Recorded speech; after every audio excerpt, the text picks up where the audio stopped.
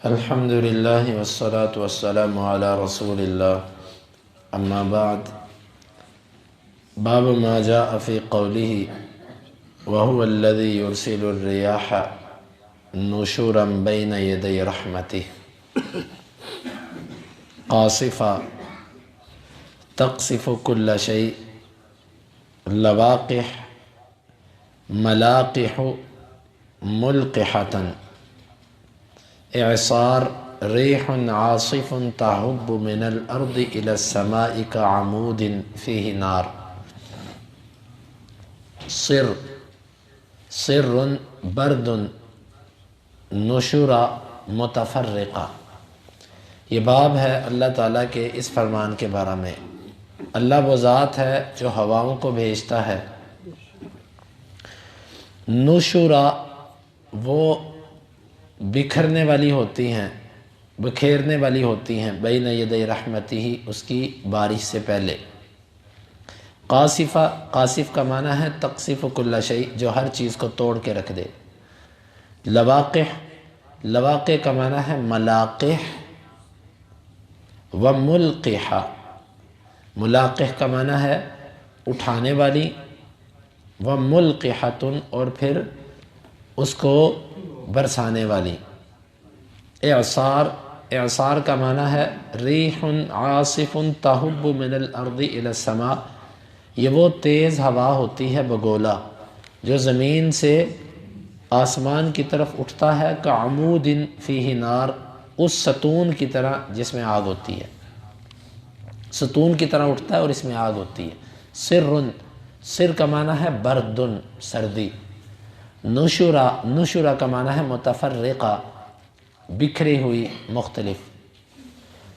امام بخاری رحمۃ اللہ علیہ نے یہ باب قائم کیا ہواؤں کے بارے میں کہ اللہ تعالیٰ نے ہواؤں کو پیدا کیا، پھر ان ہواؤں کے بارے میں جو الفاظ قرآن مجید میں ذکر ہوئے ان الفاظ کی تھوڑی تھوڑی وضاحت کر دی۔ ان میں سے ایک جو آیت میں نے پڑھی ہے هو الذی یرسل الریاح نشورا، ہمارے جو عام طور پر قرات ہے اس کے اندر یہ بشرا ہے، هو الذی یرسل الریاح بشرا بین یدی رحمتہ، بشرا کا معنی خوشخبری دینے والی، یعنی بارش کے آنے سے پہلے ہوائیں چلتی ہیں اور ان ہواؤں کا مقصد خوشخبری دینا ہوتا ہے کہ اللہ تعالیٰ بارش برسائے گا۔ لیکن ایک قرات کے اندر اس کے لیے نشورا کا لفظ ہے، نشورا۔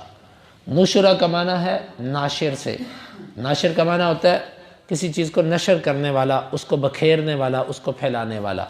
تو ہواؤں کو نشورا کہا گیا ہے کہ یہ ہوائیں پھیلاتی ہیں ہر چیز کو، کس چیز کو؟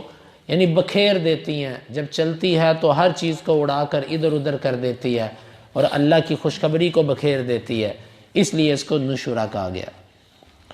ان ہواؤں کی ایک دوسری صفت ہے قاصفہ۔ قاصف کا معنی ہوتا ہے اتنی تیز آندھی جو ہر چیز کو توڑ کے رکھ دے، اور اللہ تعالیٰ کی ہوا جب تیز چلتی ہے تو وہ کئی چیزوں کو توڑ کے رکھ دیتی ہے، اور پہلی قوموں پر جو اللہ تعالیٰ کے عذاب آئے تھے اس نے تو ہر چیز کو توڑ دیا تھا۔ پھر اس کے لیے ایک لفظ استعمال ہوا ہے لواقح۔ لواقح کے امام بخاری نے دو معنی کیے، ایک اس کا معنی کیا ملاقح اور ایک ہے ملقحہ، لازم و متعدی۔ اس اعتبار سے اس کا معنی یہ بنتا ہے کہ اٹھانے والی، کس چیز کو اٹھانے والی؟ یعنی یہ ہوائیں پانی کو اٹھا کر چلتی ہیں، یا بادلوں کو، پانی کو اٹھا کر بادلوں تک لے کر جاتی ہیں، اور پھر ملقحہ وہ جو ہوائیں ہوتی ہیں یہ سبب بنتی ہیں ان بادلوں کے برسنے کا۔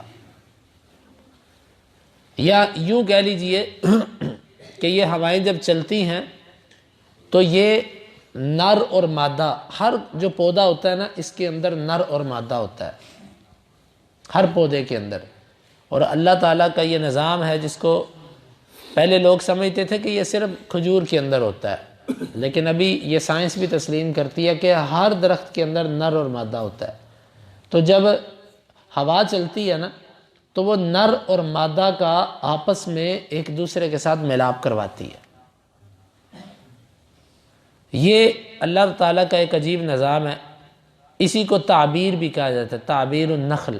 اللہ کے نبی صلی اللہ علیہ وسلم جب مدینہ تشریف لائے تھے تو صحابہ کرام جو تعبیر کرتے تھے نا، نر اور مادہ کا کراس جو وہ کرتے تھے کھجوروں کا، وہ یہی چیز تھی۔ آپ نے فرمایا یہ تم کیوں کرتے ہو؟ وہ کہتے اس سے فصل زیادہ ہوتی ہے۔ آپ نے فرمایا نہ کرو، تھوڑی ہوئی۔ پھر آپ نے فرمایا چلو کر لیا کرو، ان معاملات کو تم بہتر سمجھتے ہو۔ تو اس کو تعبیر بھی کہا جاتا ہے۔ تو یعنی یہ ہوائیں ایک تو اٹھاتی ہیں، پانی کو بھی اٹھاتی ہیں، اور اسی طرح نر اور مادے میں سے ایک دوسرے کے جرثومے کو اٹھاتی ہیں، ملقحۃ دوسرے پر ڈال کر اس کے برسنے کا باعث بنتی ہیں۔ یعنی کہ اگر بادلوں سے اس کو جوڑیں تو اس کا مطلب ہے بادلوں کو یہ پانی دیتی ہیں اور پھر وہ بادل پانی برساتے ہیں۔ اور دوسرا اس کا معنی یہ بن جاتا ہے اگر اس کو درختوں سے جوڑیں کہ یہ کراس کرواتی ہیں، پھر اس کے بعد درخت جو ہے وہ پھل دینے کا باعث بن جاتا ہے۔ تو یہ دونوں طرح ابن جریر طبری رحمۃ اللہ علیہ نے بھی اس کو ذکر کیا، اور ابن حجر نے اس معانی کو فتح الباری کے اندر بیان کیا۔ ایک ہواؤں کے لیے لفظ استعمال ہوا ہے اعصار۔ اعصار کہتے ہیں بگولا۔ آپ نے دیکھا جو ایسے گول ہوا چل کے ایسے اوپر کو اٹھتا ہے، اس کو کہتے ہیں اعصار۔ یعنی زمین سے ستون کی شکل میں آسمان کی طرف اٹھنے والی جو ہوا ہوتی ہے، اور اس میں آگ ہوتی ہے بعض دفعہ، اس کو اعصار کہتے ہیں۔ اور اسی طرح ہواؤں کے لیے ایک لفظ استعمال ہوا ہے سر۔ سرن کا معنی ہے سخت ٹھنڈی۔ بعض اس کا معنی سرن کا معنی کیا آگ، حالانکہ اس کا معنی ہے سخت ٹھنڈک۔ یہ الگ بات ہے کہ بعض دفعہ سخت ٹھنڈک بھی فصلوں کو یوں جلاتی جیسے آگ جلاتی ہے۔ آپ میں سے اگر کوئی ذمہ دارہ کرتا رہا تو اس کو پتہ ہے جو کورا پڑتا ہے وہ فصلوں کو جلا دیتا ہے، سخت سردی جلا دیتی ہے فصلوں کو۔ تو سرن سخت سردی۔ اور اسی طرح نشورا، اس کا معنی کیا؟ متفرقہ، بکھیرنے والی، جدا جدا ہونے والی۔ یہ ہواؤں کے لیے الفاظ استعمال ہوئے تھے۔ امام بخاری رحمۃ اللہ علیہ نے ان کو یہاں پر بیان کر دیا۔ بظاہر امام بخاری ایسی کوئی دلیل نہیں لے کر آئے جس سے ان ہواؤں کی تخلیق کی وہ نمبر بتا سکے کہ ہوائیں اتنے نمبر پہ پیدا ہوئی ہیں، یہ اللہ ہی جانتا ہے۔ لیکن امام بخاری اس کے متعلق کچھ چیزیں لے آئے ہیں۔ امام بخاری کہتے ہیں ہمیں بیان کیا آدم نے، وہ کہتے ہیں ہمیں بیان کیا شعبہ نے، حکم سے، وہ مجاہد سے، وہ ابن عباس سے رضی اللہ عنہما، وہ اللہ کے نبی صلی اللہ علیہ وسلم سے۔ آپ نے فرمایا نصرت بالصبا واہلکت عاد بالدبور، میری مدد کی گئی ہے صبا کے ساتھ، اور قوم عاد جو تھی یہ ہلاک کی گئی ہے دبور، پچھم ہوا کے ساتھ۔ ہوائیں چار جانبوں سے چلتی ہیں۔ مشرق کی جانب سے کبھی ہوا چلتی ہے، کبھی مغرب سے چلتی ہے، کبھی جنوب سے چلتی ہے، کبھی شمال سے چلتی ہے۔ ہر ہوا کا ایک اپنا نام ہے، اور ہر ہوا کی ایک اپنی تاثیر ہے۔ ہم نے کبھی اس چیز پہ غور نہیں کیا۔ یہ جو محکمہ موسمیات والے یا یہ لوگ جو پیشین گوئی کرتے ہیں نا، یہ ہواؤں کو رخ کو دیکھ کر کرتے ہیں کہ اس طرف سے جو عام طور پر ہوا آتی ہے نا اس میں اللہ تعالیٰ بارش بھی بھیجتا ہے، اور اس طرف سے جو ہوا آتی ہے نا اس میں بارش نہیں، اس میں خشک موسم ہوتا ہے۔ اور اس طرف سے جو ہوا آتی ہے، یہ ہواؤں کا بھی ایک علم ہے جو کتابوں میں لکھا ہوا ہے۔ اس کے اوپر علماء نے بہت لکھا، پہلے علماء نے، لیکن اب لوگوں کی اس طرف توجہ نہیں ہے۔ ہوائیں چار طرح کی ہوتی ہیں۔ جو مشرق سے اٹھنے والی ہوتی ہے ہوا، اس کو کہتے ہیں صبا۔ جو مغرب سے اٹھنے والی ہوتی ہے اس کو کہتے ہیں دبور، دبر سے پیچھے والی جانب، پچھم۔ اللہ کے نبی صلی اللہ علیہ وسلم نے فرمایا اللہ نے صبا کے ساتھ میری مدد کی تھی، یعنی مشرق کی جانب سے اللہ نے تیز ہوا چلائی تھی اور میری مدد ہوئی تھی۔ کس موقع پر؟ غزوہ خندق کے موقع پر، جس وقت جس کو احزاب بھی کہتے ہیں، سارے لشکر آ گئے تھے، انہوں نے خیمے بنائے، مسلمانوں کے اوپر حملہ کرنے کے لیے اکٹھے ہو گئے۔ اللہ تعالیٰ نے اتنی تیز ہوا چلائی کہ ان کے خیمے ٹوٹ گئے، ان کے اونٹوں کی رسیاں ٹوٹ گئیں، وہ بھاگ گئے، اور ان کی جو جلائی ہوئی آگ تھی وہ بجھ گئی، اور سخت سردی نے ان کو مجبور کر دیا بھاگنے پر۔ آپ نے فرمایا اللہ نے صبا کے ساتھ میری مدد کی ہے، اور اللہ نے دبور نہیں بھیجی۔ کیوں؟ دبور اس سے بھی بہت تیز ہوا ہے۔ وَأُهْلِكَتْ عَادٌ بِالدُّبُورِ، قوم عاد جو تھی اللہ نے اس کو دبور کے ساتھ ہلاک کیا تھا۔ وہ مغرب کی جانب سے چلنے والی ہوا ہوتی ہے، اور یہ بڑی ہی تیز ہوا تھی جس سے اللہ تعالیٰ نے ان کو ہلاک کیا۔ تو امام بخاری رحمۃ اللہ علیہ یہ بتانا چاہتے ہیں اللہ نے ہواؤں کو پیدا کیا، ان ہواؤں میں سے ہر ہوا کی تاثیر ہے، اس کا ایک طریقہ ہے چلنے کا۔ حدیث کے اندر 2 ہواؤں کا ذکر ہوا، اسی مناسبت سے امام بخاری اس حدیث کو یہاں پر لے آیا۔ امام بخاری کہتے ہیں ہمیں بیان کیا مکی ابن ابراہیم نے، وہ کہتے ہیں ہمیں بیان کیا ابن جریج نے عطا سے و عائشہ رضی اللہ عنہ سے، وہ کہتی ہیں کان رسول اللہ صلی اللہ علیہ وسلم اذا رأى مخیلة فی السماء اقبل و ادبر، اللہ کے نبی صلی اللہ علیہ وسلم جب آسمان میں ایسے بادل دیکھتے جو برسنے والے ہوتے تو اقبل و ادبر، آگے جاتے پیچھے جاتے، ودخل و خرج، کبھی گھر میں داخل ہوتے کبھی باہر نکل جاتے، وتغیر وجہہ، آپ کا چہرہ مبارک بدل جاتا، فاذا امطرت السماء سری عنہ، جب بارش ہوتی تو پھر آپ کے چہرے سے وہ پریشانی دور کر دی جاتی۔ فعرفتہ عائشہ ذلک، عائشہ رضی اللہ عنہ نے اس کو پہچان لیا، فقال، اس نے کہا، فقال النبی صلی اللہ علیہ وسلم، اللہ کے نبی، فعرفتہ عائشہ ذلک، عائشہ رضی اللہ عنہ نے اس کی معرفت جاننا چاہی۔ اللہ کے نبی صلی اللہ علیہ وسلم نے فرمایا ما ادری لعلہ کما قال قوم، مجھے نہیں پتا، شاید کہ جس طرح کہ اس قوم نے کہا تھا، فلما رأوه عارضا مستقبل اودیتہم قالوا هذا عارض ممطرنا، جب انہوں نے بادلوں کو دیکھا تو کہنے لگے یہ تو بادل ہے جو ہماری طرف آ رہا ہے، یہ بارش برسائے گا۔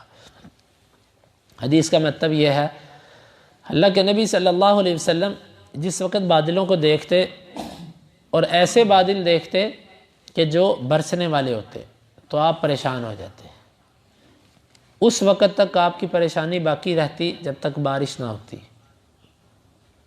ایسا کیوں تھا؟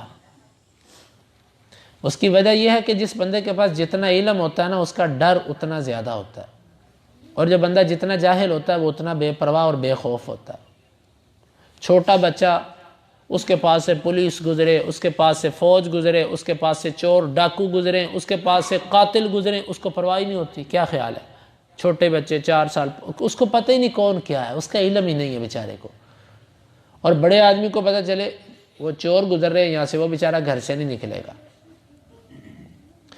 میں نے یہ مثال اس لیے دی ہے کہ جس کے پاس جتنا زیادہ علم ہوتا ہے نا، اس کا ڈر، اس کا خوف اپنے علم کے مطابق ہوتا ہے۔ اگر ایک بندہ اللہ سے بہت ڈرتا ہے نا، اس کا مطلب ہے اس کو اللہ تعالیٰ کے بارے میں علم ہے۔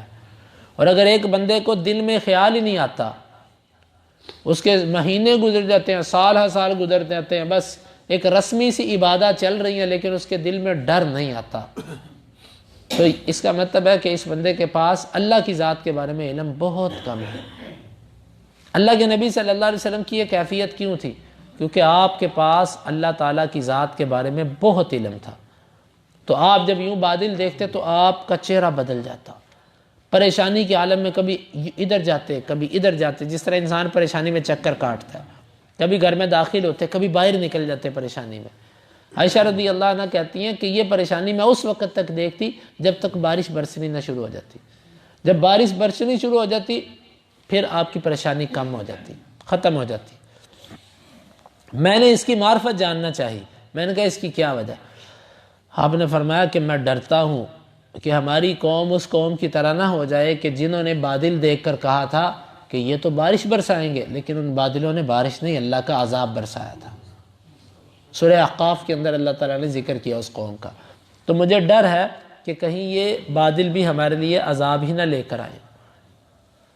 یہ اللہ کے نبی صلی اللہ علیہ وسلم کی خشیت، تقوی، اللہ کی معرفت تھی، اور لوگوں پر شفقت، لوگوں کے لیے رحمت کہ کہیں اللہ کا عذاب نہ ان کے اوپر آ جائے۔ یہاں پر ایک سوال پیدا ہوتا ہے کہ اللہ کے نبی صلی اللہ علیہ وسلم نے تو آپ کو اللہ تعالیٰ نے کہہ دیا تھا وَمَا كَانَ اللَّهُ مُعَذِّبَهُمْ وَأَنْتَ فِيهِمْ، اللہ تعالیٰ اس قوم کو عذاب نہیں دیتا جس میں آپ ہوں، تو پھر آپ کا یہ ڈرنا کیسا تھا؟ بعض مفسرین کہتے ہیں یہ آپ کو خوشخبری بعد میں ملی ہے کہ آپ جب ہوں گے عذاب نہیں پہنچے گا، لیکن یہ بات درست نہیں ہے۔ صحیح جواب اس کا یہ ہے کہ اللہ کے نبی صلی اللہ علیہ وسلم باوجود اللہ کی تسلیاں دینے کے اللہ تعالیٰ سے ڈرتے تھے، اور اس بات پہ ڈرتے تھے کہ ایسے لوگوں کے اندر عذاب نہ آ جائے جن میں نہیں ہوں۔ یعنی آپ کن میں تھے؟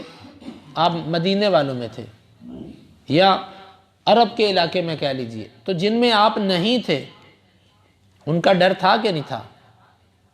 تو یہ اللہ کے نبی صلی اللہ علیہ وسلم چونکہ رحمت للعالمین تھے، جہان والوں کے لیے رحمت تھے، تو آپ ڈرتے تھے کہ اللہ کسی بھی زمین کے خطے پر یہ تیرا عذاب نہ برس پڑے، کہیں کسی کی جگہ پر عذاب نہ آئے، اور آپ یہ ڈرتے تھے اللہ تعالیٰ سے۔ اور بھی علماء نے اس کے کئی جوابات دیے ہیں۔ تو اس حدیث سے امام بخاری رحمۃ اللہ علیہ یہ بتانا چاہتے ہیں کہ بادلوں کو ہوائیں ہی لے کر آتی ہیں، لیکن ہوائیں عذاب والے بادل بھی لے کر آتی ہیں اور ہوائیں بارش والے بادل بھی لے کر آتی ہیں۔ اور اللہ کے نبی صلی اللہ علیہ وسلم اسی لیے پریشان ہوتے تھے، پتہ نہیں یہ بادل کون سے ہیں، یہ بارش والے ہیں کہ عذاب والے ہیں۔ اس سے یہ بھی معلوم ہوا کہ ظاہری کسی چیز کی جو شکل و صورت ہوتی ہے اسی پر نہیں جانا چاہیے، بعض دفعہ ظاہر سے برعکس بھی ہو جاتا ہے۔ ہم تو ہر دفعہ یہ سمجھتے ہیں کالی گھٹا آئی اب بارش بڑی برسے گی، جی کالی اینٹاں کالے روڈ میں برسا دے زور و زور۔ یہ وہ بچپن میں جو لوگ باتیں کرتے تھے، تو کالے بادل اللہ تعالیٰ کی طرف سے ناراضگی کا سبب بھی ہوتے ہیں، تو ہمیں اتنا بے پرواہ نہیں ہونا چاہیے۔ اگرچہ اللہ کے نبی صلی اللہ علیہ وسلم نے دعا کی ہے اپنی امت کے لیے، لیکن جزوی طور پر اللہ کی آفات آتی ہیں۔ وہ جو دعا تھی وہ پوری امت کے لیے تھی کہ اللہ پوری امت کو ایسے غرق نہیں کرے گا۔ جزوی طور پہ کسی بھی جگہ پر اللہ تعالیٰ کی طرف سے غضب آ سکتا ہے، تو ہمیں ڈرتے ہی رہنا چاہیے۔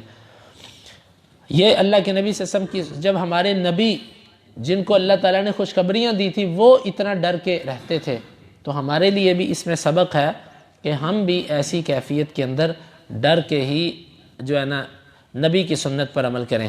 اللہ تعالیٰ ہمیں حق سمجھنے کی اور اس کی پیروی کی توفیق عطا فرمائے۔ اللہم انفعنا بما علمتنا وعلمنا ما ينفعنا وزدنا علما وآخر دعوانا ان الحمد للہ رب العالمین۔ حدیث نمبر 3205 اور 6۔